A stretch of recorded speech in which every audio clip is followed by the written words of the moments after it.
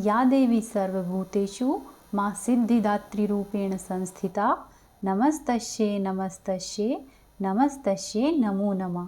जय माता रानी। आज नवरात्रि पर्व का 9वां और आखिरी दिन है और आज नवमी के दिन माँ दुर्गा की 9वीं शक्ति यानी कि माता सिद्धिदात्री की पूजा उपासना की जाएगी। जैसा कि नाम से ही पता चल रहा है, माता सिद्धिदात्री सिद्धियों को प्रदान करने वाली है।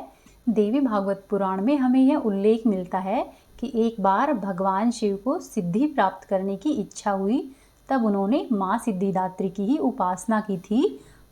तब माँ सिद्धिदात्री भगवान शिव की घोर तपस्या से प्रसन्न हुई और प्रसन्न होकर उन्होंने भगवान शिव को 8 प्रकार की सिद्धियां प्रदान की।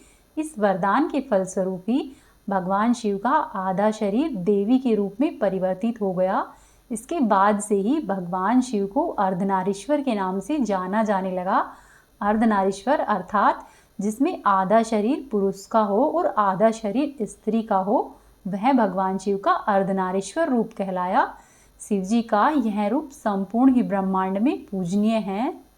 माँ सिद्धिदात्री ने भगवान शिव को जो 8 सिद्धियां प्रदान की थी, उनके नाम क्रमशः अणिमा, महिमा, गरिमा, लघिमा, प्राप्ति, प्राकाम्य, ईशित्व और वशित्व है। वहीं ब्रह्म वैवर्त पुराण के श्री कृष्ण जन्म खंड में यह संख्या 18 बताई गई है। माँ सिद्धिदात्री अपने भक्तों को सभी प्रकार की सिद्धियां प्रदान करने में समर्थ है। माँ सिद्धिदात्री का स्वरूप अत्यंत ही दयालु और शांत मुद्रा में है।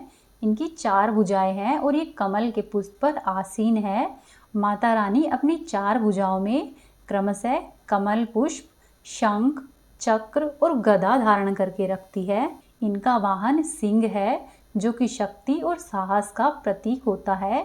यदि माता रानी का आशीर्वाद मनुष्य को मिल जाता है तो मनुष्य के जीवन में ज्ञान, शक्ति और सिद्धि की कोई भी कमी नहीं रहती है। नवदुर्गाओं में माँ सिद्धिदात्री अंतिम है। अन्य 8 दुर्गाओं की पूजा उपासना करने के बाद 9वें दिन माँ सिद्धिदात्री की पूरे विधि विधान से पूजा उपासना करनी चाहिए। साथ ही इस दिन हवन भी करना चाहिए और इस दिन कन्या पूजन भी अवश्य ही करना चाहिए। माँ सिद्धिदात्री की पूजा करने से भक्तों की लौकिक और पारलौकिक सभी प्रकार की कामनाएं पूर्ण होती है।